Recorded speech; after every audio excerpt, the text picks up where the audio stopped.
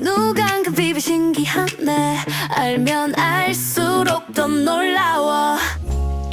자, 이제는 질문을 살짝 바꿔봤어요. 앞에 말씀드렸던 랭킹은 자폐 스펙트럼 장애 전반에 걸친 이슈를 랭킹화한 겁니다.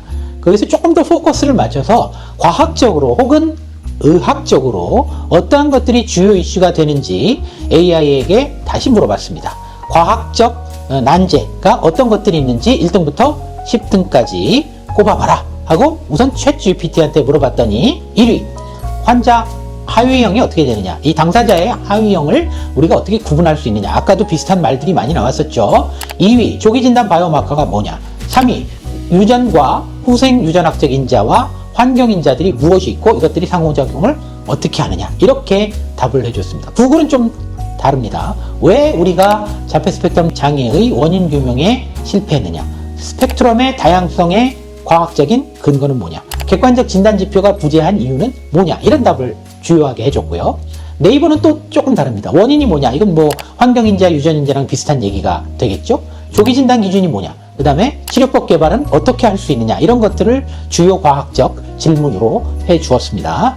딥식은 또 다릅니다. 자폐 이질성이 뭐냐, 유전환경 상호작용이 뭐냐, 신경생물학적인 기초는 뭐냐, 발달인 계기는 어떻게 되느냐, 이런 답을 해줬고요. 퍼플렉스티는 조금 더 과학적입니다. 유전원인, 환경원인, 신경회로의 이상, 그 다음에 장, 뇌축의 이상이 자폐와 어떻게 관련이 되어 있느냐, 이런 답들을 해줬습니다.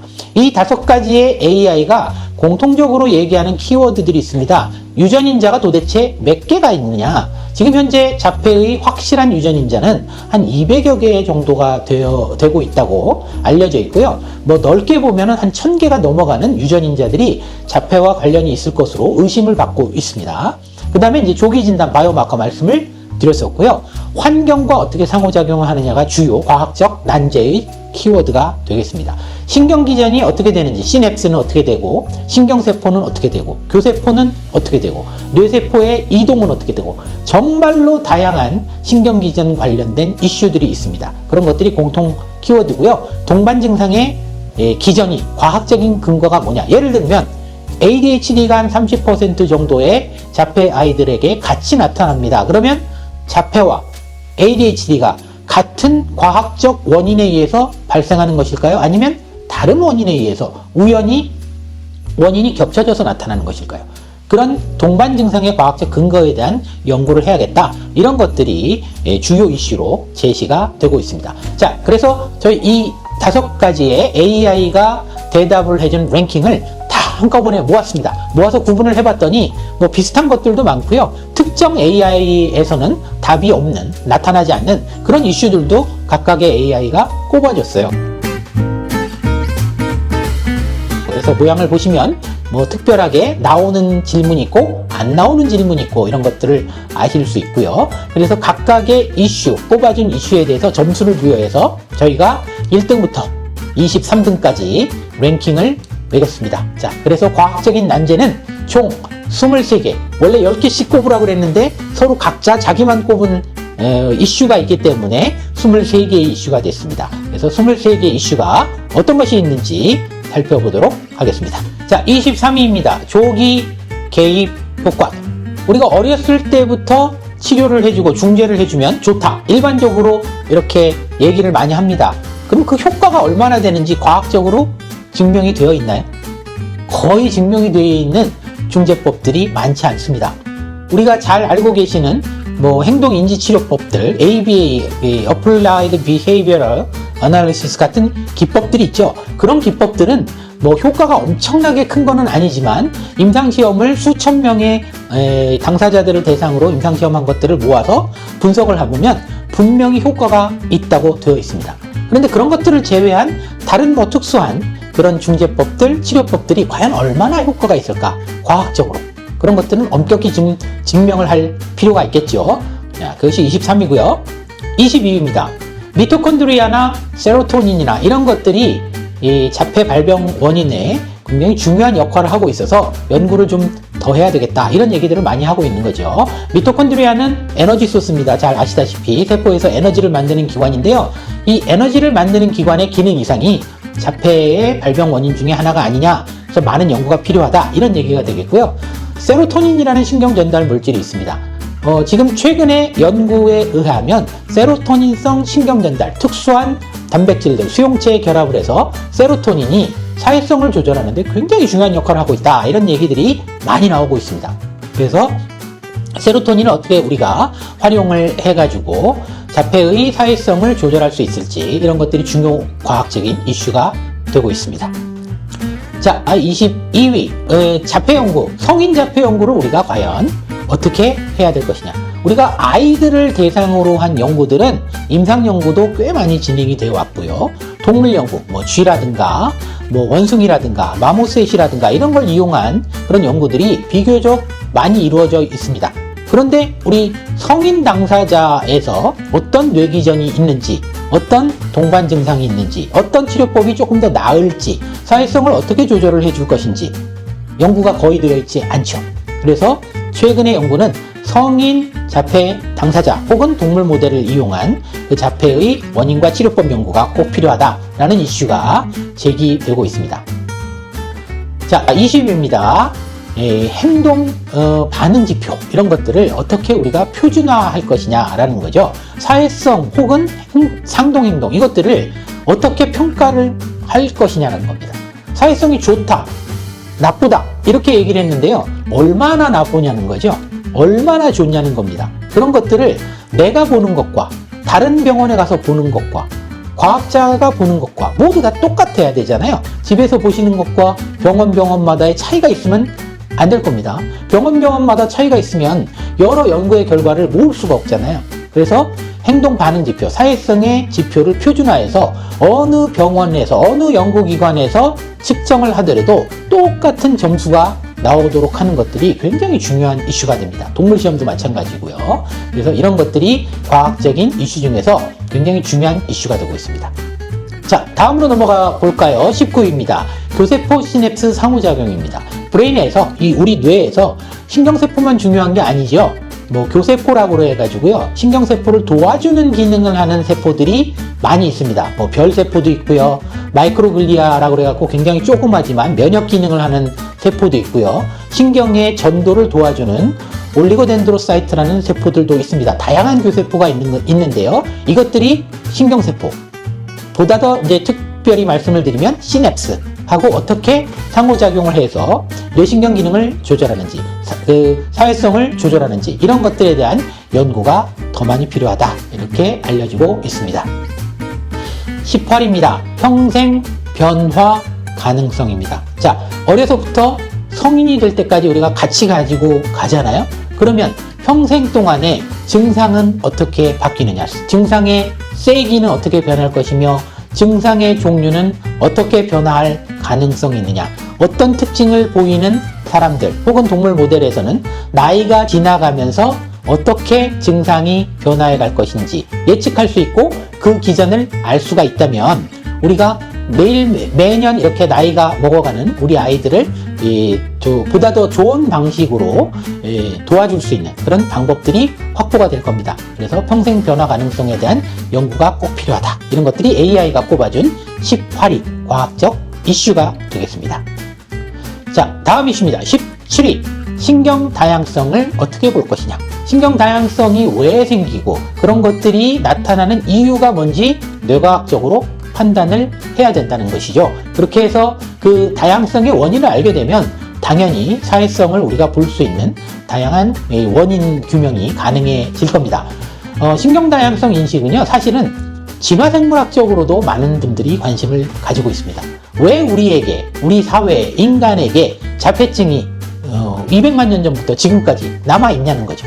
분명히 신경 다양성 관점에서 보면 진화생물학적으로 장점이 있을 겁니다. 그런 얘기들을 많이 하시죠. 어떤 집중을 잘 해서 특정 사물이나 인지 기능에 보통 우리가 얘기하는 뉴로티피컬한 사람들에 비해서 우리 자폐를 가지고 있는 분들이 굉장히 뛰어난 그 특성을 보이는 경우들이 있는데요. 그런 것들이 인류의 진화에서 굉장히 큰 도움을 줬다. 이런 얘기를 하시는 분들이 많이 있습니다. 그런 진화생물학적인 근거를 포함해서 식량 다양성이 왜 생겼고 어떤 역할을 하는지 그런 것에 관한 연구가 더 필요하다. AI가 뽑은 17위 과학 이슈가 되겠습니다. 16입니다. 공동질환의 연관성 어떻게 되느냐. 이것도 한번 살짝 말씀을 드렸는데요. ADHD, 수면장애, 속이 안 좋고요. 우울증이 발생하고요. 경련이 있습니다. 이런 공동질환이 왜 나타나고 서로 연관이 있느냐 없느냐. 서로 별개의 증상이 공통으로 나타난 거냐. 아니면 자폐와 ADHD, 자폐와 경련, 자폐와 우울증, 자폐와 수면장애가 서로 상호 간의 관련성을 맺느냐. 하나가 더 심해지면 다른 증상을 더 심하게 해줄 수 있느냐, 하나를 치료하면 다른 하나를 치료하는데도 도움이 될 것이냐, 증상이 완화가 될 것이냐, 이런 것도 굉장히 궁금하잖아요. 그런 공동질환의 상호 연관성에 대한 임상적인 연구, 과학적인 연구가 많이 진행되고 있습니다. 15입니다. 장-뇌축 연관성. 관심들 많으시죠? 그래서 장-뇌축이 연관이 돼 있어서 Gastro-Brain Interaction, Axis, Brain, Gut Axis 이런 얘기들을 합니다. 그래서 장과 뇌가 어느 정도 연관이 돼 있기 때문에 마이크로비옴 포함해가지고 프로바이오틱스 이런 이슈들이 굉장히 많이 있죠. 그래서 우리가 장 건강이 좋지 않은 것들이 자폐에 어떤 영향을 미칠 것이냐, 혹은 자폐를 발생하는데 기여를 한 것이 아니냐, 이런 연구 결과들이 굉장히 많이 있습니다. 관련돼 갖고 염증이 생긴다 그러면 당연히 장의 마이크로비옴이 손상을 받을 것이고요. 사이토카인 같은 것들이 많이 나올 것이고요. 그래서 사이토카인이 자폐 발병의 원인이 된다, 이런 좋은 연구 결과들도 많이 있습니다. 안타깝게도요, 반대되는 연구 결과들도 굉장히 많습니다. 올해는 장뇌측 연관성에 대한 도전적인 연구 보고가 폭발적으로 쏟아진 해입니다.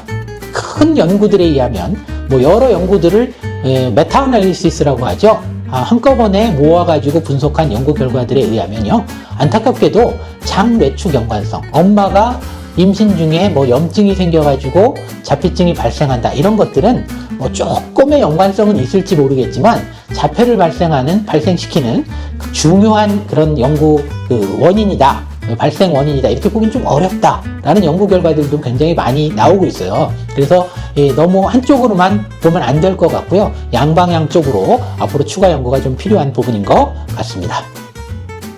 자, AI가 뽑은 자폐 관련된 과학적 난제 연구가 필요한 이슈 14위입니다.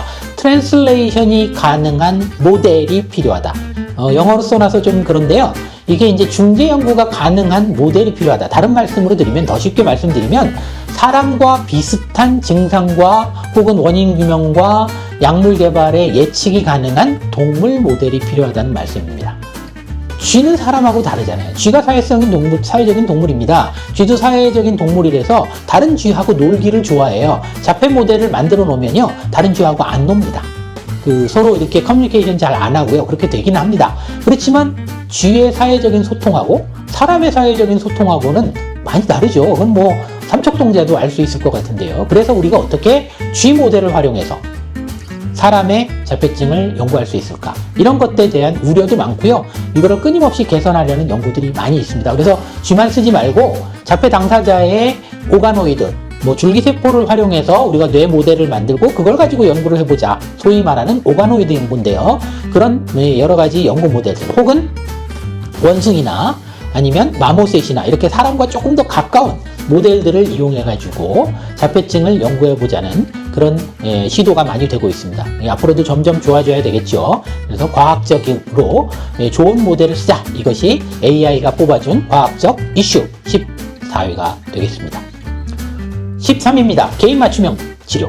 그래서 개인별로 다 증상이 다르기 때문에 맞춤형 치료가 가능하다면 더 좋겠다는 거죠. 그런데 치료제는 나와 있지 않으니까 말할 것도 없고요. 행동인조 치료라든가 다른 치료들도 개인 맞춤형으로 치료가 이루어지고 있지는 못하죠. 그래서 개인 맞춤형으로 어떻게 치료법을 개발할 것이냐라는 것들이 중요한 과학적 이슈가 되겠습니다.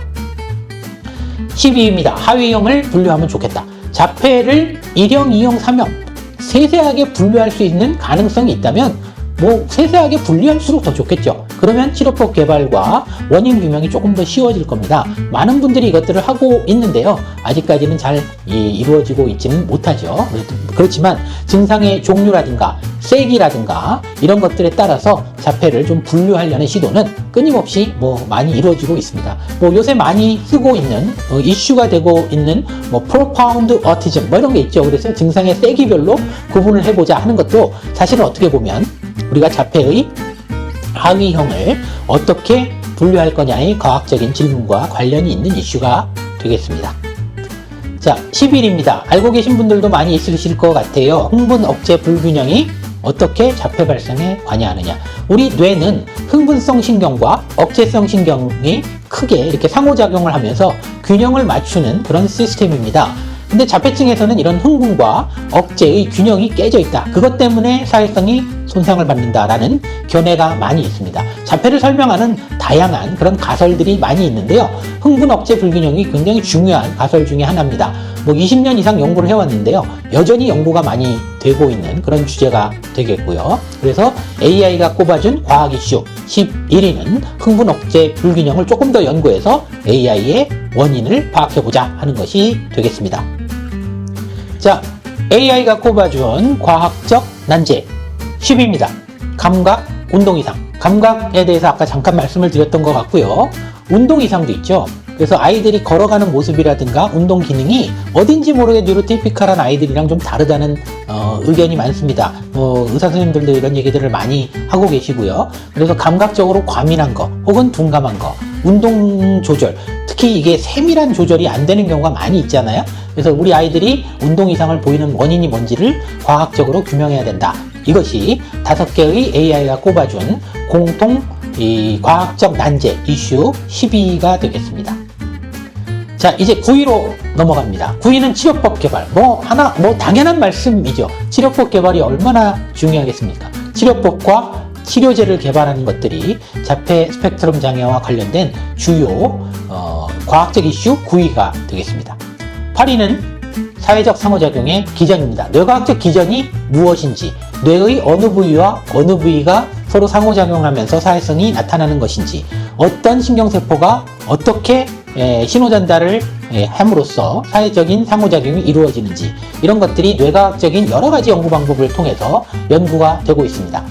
많이들 들어보셨던 오토지네틱스, 이 광유전학적인 조절, 이런 방법들을 써서요, 뇌 부위의 특정 신경세포들을 억제하거나 활성화하거나, 그러면서 이제 사회적 상호작용을 하는지 안 하는지 이렇게 볼 수가 있어요. 그래서 연구 논문들을 보시면요, 쥐의 뇌에 이 프로브를 이렇게 심어 놓고요, 자극을 탁 주면 갑자기 그 뇌 부위가 자극됩니다. 그러면 상호작용을 안 하던 쥐가 갑자기 관심 없던 쥐가 다른 쥐하고 이렇게 인터랙션을 합니다. 서로 마주보면서 얘기를 하는 거죠. 그런 여러 가지 방법들을 통해서 사회적 상호작용의 뇌기전을 규명하는 그런 연구들이 굉장히 많이 진행이 되고 있고, 그것이 과학적 이슈 8위가 되겠습니다. 7위입니다. 행동인지 변화의 기전. 비슷한 말씀이 되겠죠. 행동이나 인지가 굉장히 많이 달라져 있기 때문에 그 행동인지의 뇌과학적 기전이 어떻게 되는지를 꾸준히 살펴봐야 되겠다. 이런 것들이 자폐 스펙트럼 장애의 과학적 난제 7위가 되겠습니다. 자, 다음은 6위로 넘어갑니다. 6위는 세포, 회로 매핑이 되겠습니다. 매핑이라는 말을 썼는데요, 지도를 만든다는 뜻입니다. 그래서 뇌의 여러 세포들 중에서 어떤 세포가, 어떤 회로가 이 자폐증 증상과 관련이 있는지 세밀한 정교한 뇌 지도를 그리는 일들, 대충의 커다란 뇌지들을 그릴 수도 있고요, 아주 자세한 뇌지도를 그릴 수도 있습니다. 큰 도시만 그리는 지도가 있고요, 우리 구별로, 동별로 혹은 아파트 단지별로 자세한 뇌지도가 있잖아요. 그래서 층위별로 다양한 뇌지도를 그리는 연구들이 진행이 되고 있습니다. 자, 5위입니다. 스펙트럼의 다양성의 원인입니다. 이 다양성을 설명할 수 있는 뇌과학적 기전에 대한 연구가 굉장히 많이 진행이 되고 있죠. 그래서 이것이 AI가 꼽은 5위 과학적인 이슈가 되겠습니다. 4위입니다. 4위는 원인 규명 실패입니다. 우리가 그동안 그렇게 많은 연구비를 쏟아붓고 시간을 쏟아붓고 세계적으로 내놓으라 하는 교수님들, 의사 선생님들이 연구를 많이 했음에도 불구하고 딱 부러지게 무슨 원인 때문에 자폐증이 발생한다 이렇게 얘기를 못하고 있느냐, 이것이 과학적 난제 4위가 되겠습니다. 유전인자 여러 개를 발굴했죠. 유전인자 발굴을 했는데 그 유전인자가 잘못돼서 멘델의 유전 법칙처럼 뭐 1대1로 해갖고 우성, 열성 이렇게 해서 유전되는 유전인자는 아직까지 없습니다. 없다고 봐야 됩니다. 그래서 유전인자가 어떻게 작용하는지, 환경인자가 어떻게 작용하는지 이 관여를 한다 정도의 답이 나와 있는 것이지 어떻게 작용하는지 과학적으로 정확하게 기전이 규명되어 있는 바가 없습니다. 앞으로 꼭 진행이 되어야 될 그런 이슈가 되겠습니다. 자, 3위입니다. 발달 임계기의 교란 기전입니다. 우리가 사회성이 이루어지는 공부를 하고 있는 그런 중요한 발달 시기가 있습니다. 그게 언제인지는 학자에 따라서 조금은 다르기 하겠지만, 6개월부터 생후 5살까지, 6살까지, 혹은 13살까지 이렇게 보고 있습니다. 대개의 경우에는 사춘기가 되기 전까지의 그 기간들, 사춘기, 이른 사춘기까지 이런 기간이 사회성을 학습하고 몸에 익히고 하는데 굉장히 중요한 기간이라고 알려져 있습니다. 그 부분이 굉장히 중요한 시기인데 어떤 시기에, 그런 중요한 시기에 사회성이 잘 학습이 안 되고 발전이 안 되고 그러면 그것들이 자폐 증상에 어떤 영향을 미칠지가 굉장히 중요한 과학적 이슈가 되겠죠. 그 중요한 기간이 있기 때문에 조기 중재에 대해서 말씀을 많이 드렸습니다만 어렸을 때부터 그 임계기에 사회성을 길러주는 훈련과 교육과 통합 중재를 많이 하게 된다면 훨씬 더 아무 좋지도 않은 친구들보다 사회성을 학습하고 체화하는데 많은 도움이 될 겁니다. 그래서 그런 기전이 정확하게 어떻게 이루어지는지에 대한 끊임없이 많은 그런 연구가 진행이 되고 있습니다. 제가 개인적으로 수행한 연구 결과에 의하면요, 동물 연구입니다만은 이 자폐 모델 동물에게 자폐 증상을 안 보이는 동물 모델과 많은 시간 상호작용을 하게 하면 자폐 증상을 치료하는데 굉장히 큰 도움이 됩니다. 자폐 증상이 많이 완화가 돼요. 그런 것들이 이런 식으로 발달 임계기에 어떻게 사회성이 확장이 되고 그것들을 조절하면 자폐 치료가 있을 수 있느냐 하는 과학적 난제에 대한 도움이 되는 그런 답의 일부가 되겠습니다. 자, 드디어 2위입니다. 2위는 조기 진단 바이오마커입니다. 빨리 진단해야 되고 피를 뽑아서 진단할 수 있느냐, 유전인자를 검사해서 진단할 수 있느냐, 뇌 영상을 찍어서 진단을 할 수 있느냐, 이런 얘기가 되겠죠. 그래서 과학자들과 임상의사들이 끊임없이 이런 연구들을 하고 있다. 그래서 전편에 이미 말씀을 드렸던 것 같습니다. 이것이 2위였고요. 자, 드디어 5종류의 AI가 꼽아준 과학적 이슈 중에서 제일 중요한 이슈입니다. 공통적으로 많은 표를 얻은 이슈는 유전, 후성유전, 그리고 환경이 통합적으로 어떻게 관여하느냐. 자폐는 유전인자만 관여하지 않습니다. 환경인자만 관여하지 않습니다. 일부의 환경인자는 4세대에서 끝나는 게 아니고요.